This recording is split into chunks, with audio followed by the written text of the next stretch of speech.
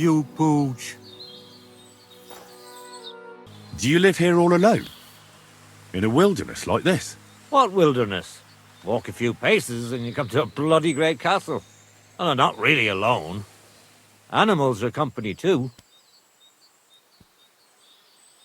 I understand. I prefer being on my own as well. But don't think I'm a hermit. People sometimes come to get ointments or herbs, and I'm glad to see them. But greeting neighbors and listening to gossip every day? I'd rather not, thanks. It's true, I don't always sleep easy here. The castle may as well not be there for all the protection it gives me. You get strange people wandering around from time to time. The kind best avoided by honest folk. My advice to you is to be careful. I recently saw 2 vagabonds like that. No doubt they don't think I'm worth the effort. But I still lock the door every night and push a bench up against it. Where exactly did you come across them? In the rocks above my cottage. Be careful if you go there.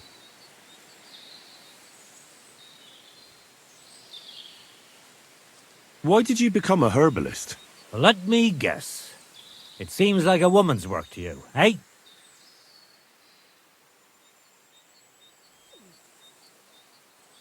No, I didn't mean it like that.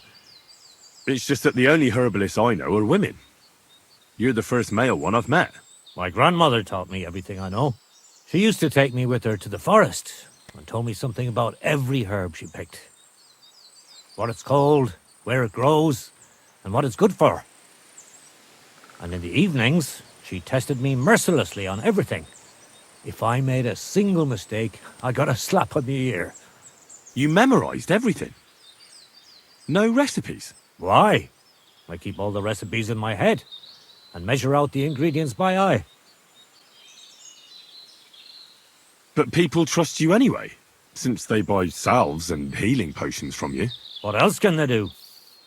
The only real apothecary here is Emmerich, and he charges a lot. Besides, he moved here from the city. Isn't it dangerous not knowing the exact amounts and mixing the potions by eye? Maybe for me. If I lick my fingers while crushing some herb Paris, for instance. But I've never poisoned anyone yet. Well, at least not by mistake.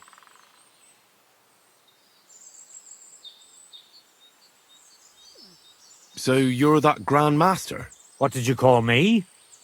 Who's been telling you stories about me? It's just that I've heard you're the best fighter far and wide. Ah, so that's what this is about. I haven't been called that in a long while, lad. And who might you be? My name's Henry, and I know a bit about fighting myself. I reckon I've beaten every fighter in the region, so I got sent to you. You mean to beat me too, eh? I don't know. I'm getting too old for this sort of thing. I came all the way here to see you. I'm giving you the chance to hit me with impunity. Do I really have to try to convince you? At least embarrassment doesn't hurt. But bruises, cuts, and a broken nose, on the other hand. I've been through a lot worse. You won't dissuade me with that. All right then. If it's really what you want, let's dance. But I have 2 conditions. First of all, we'll only fight once. I don't want you begging for a rematch when you lose. And second, the fight ends when one of us gives up. I don't want to have to try to revive you. Got it? All right, agreed. Should we get right into it? Fine. Let's get this over with. Let's go over there, so you don't trample my herbs. Ready?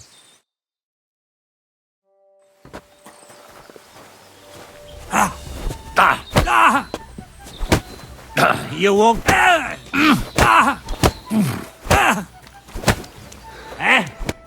There. That's that. You really gave me a licking, lad. Who'd have thought you had it in you? You pack a hell of a punch yourself. For a herbalist, that is. Well, now what? I'd hate to send you home empty-handed. I didn't challenge you for money. And I'm not offering you any.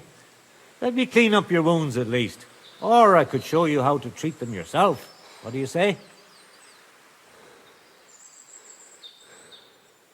Actually, why not? I could stay for a little while. That's more like it. And listen, what if that moment were to last a little longer? I have some lovely aged mead here. We could chat a while. I don't get many visitors here. Did you say mead? Homemade, my friend. Come, let's have a toast to our fight.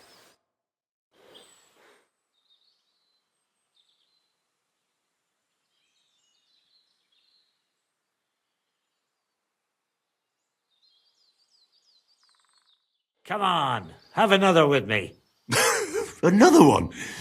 This'll be the 7th, I think. I'm not a fish. Don't be like that. You can't leave now anyway. You just puke in my flower bed and fall asleep on an anthill somewhere. Well, that's your fault for living in a hut in the middle of nowhere. It has its benefits too, you know. Aye? And what benefits? I'm my own master here. I don't give a flying toss about what's happening somewhere in the village.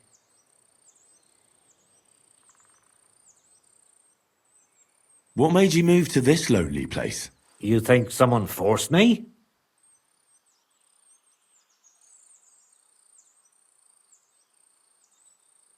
Well, I don't know. I've never met a herbalist like you.